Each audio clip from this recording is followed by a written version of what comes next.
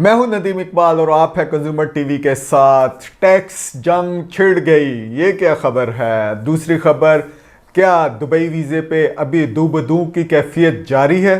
बिल्कुल जारी है। सो देखते रहिए कंज्यूमर टीवी। पहली खबर की तरफ हम चलते हैं।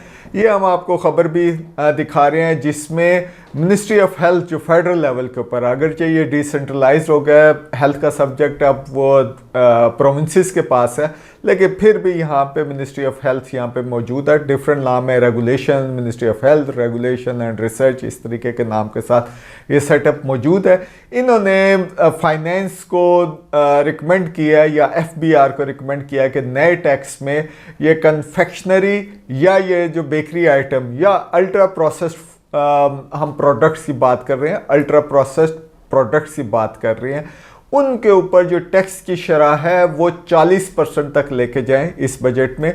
और अल्टीमेटली जो है 2028 तक, यानी 2 साल के अंदर अंदर इसको 50% तक ले जाए। और ये टैक्स किसकी बात की जा रही है? ये बेसिकली एक्साइज ड्यूटी की बात कर रहे हैं, जिसको हम कहते हैं एफईडी, फेडरल एक्साइज ड्यूटी। और इसका मेन मकसद ये होता है कि जिन चीज़ों पे ये एफईडी लगाई जाती है उसको डिस्करेज किया जाता है।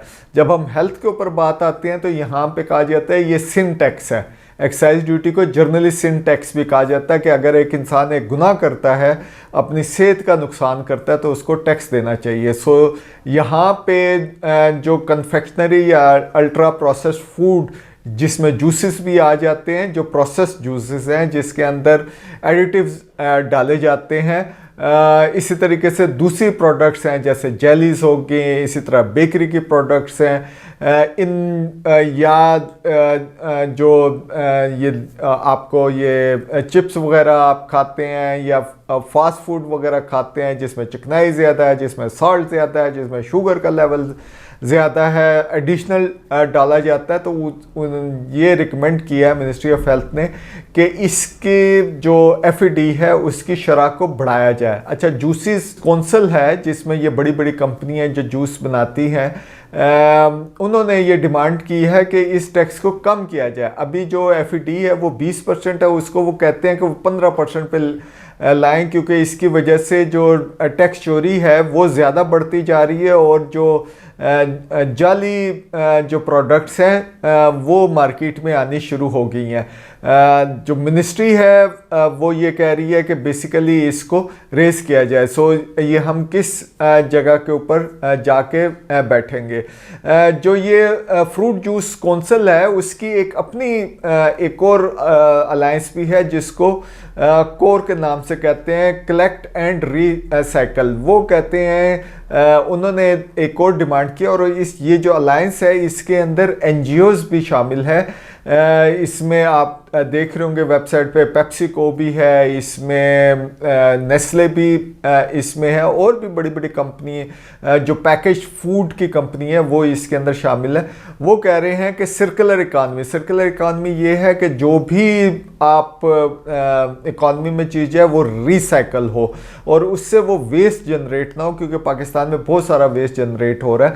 सो वो कह रहे हैं जो सर्कुलर इकॉनमी है उसके ऊपर टैक्स जो है आप 5 साल तक ज़ीरो करते हैं। सो ये भी एक चीज़ आ रही है, हुकूमत पाकिस्तान करेगी क्या। बेसिकली इसमें जो कोर के जो मैसेजेस आ रहे हैं वो ये बात कर रहे हैं कि जो लोग हैं वो एजुकेटेड होने चाहिए और उनको पता हो कि वो डिस्ट्रीब्यूट करें जो भी उनका कूड़ा है, जो रिसाइकल में और पेरिशेबल में, वो उसको डिस्ट्रीब्यूट या डिवाइड करके वो उसको बाहर फेंके, और उसको कलेक्शन का भी एक एफिशिएंट प्रोसेस होना चाहिए और उसके बाद उसके रिसाइकलिंग का भी एक प्रोसेस होना चाहिए। इसी तरीके से रिसाइकलिंग के लिए वेंडिंग मशीन्स भी होनी चाहिए, उसके ऊपर भी ज़ीरो ड्यूटी। सो इस साइड के ऊपर बहुत बड़ी सी जो प्रोसेस है वो शुरू हो गया। अब गवर्नमेंट इस इन डिफरेंट ये जो स्ट्रेन्स है इसको किस तरीके से वो मैनेज करेगी। So this is very I think interesting situation for the government, for us to keep on following it. हम देखते रहेंगे कि ये यहाँ पे इस सिनेरियो के ऊपर और क्या चीज़ें डेवलप हो रही हैं। दूसरी खबर की तरफ चलते हैं। एक खबर आई थी कि जो यूएई के एम्बेसडर इन पाकिस्तान है, उनकी मीटिंग हुई गवर्नर सिंध से, और उसके बाद ये कहा गया कि जी वो जो दुबई वीज़े के जो इश्यूज़ हैं वो सारे रिजॉल्व हो गए हैं और अब पाकिस्तानियों को 5 साल तक का भी वीज़ा मिल सकता है। देखिए बात यह है कि हमने जब मार्केट से चेक किया तो वहाँ पे पता चला know situation is as it is. ये हालांकि 2-3 हफ्ते पहले की बात है, लेकिन अभी भी सिचुएशन बिल्कुल वैसी की वैसी है। कोई क्लियर कट चीज़ें समझ नहीं आ रही लोगों के, कौन से डिस्ट्रिक्ट्स है जहाँ की आप डेट ऑफ बर्थ को आप लिखते हैं उन शहरों की तो आपका वो वीज़ा नहीं रखता। और दूसरा, जो हमने ट्रैवल एजेंसीज के लोगों से बात की तो वो कहते हैं कि छोटा जो वो ट्रैवल एजेंट है वो तकरीबन 25 से 1 महीने के वीज़े दुबई के वो प्रोसेस कर देता था, और बड़े वाले तो पर मंथ जो है वो कोई 100 के करीब करते हैं। सो इकॉनमी के ऊपर उनकी जो इकॉनमी है लोकल उसके ऊपर भी काफ़ी इम्पेक्ट आ रहा है। कोई दुबई में 1.5 मिलियन या 2 मिलियन के आसपास पाकिस्तानीज वहाँ पे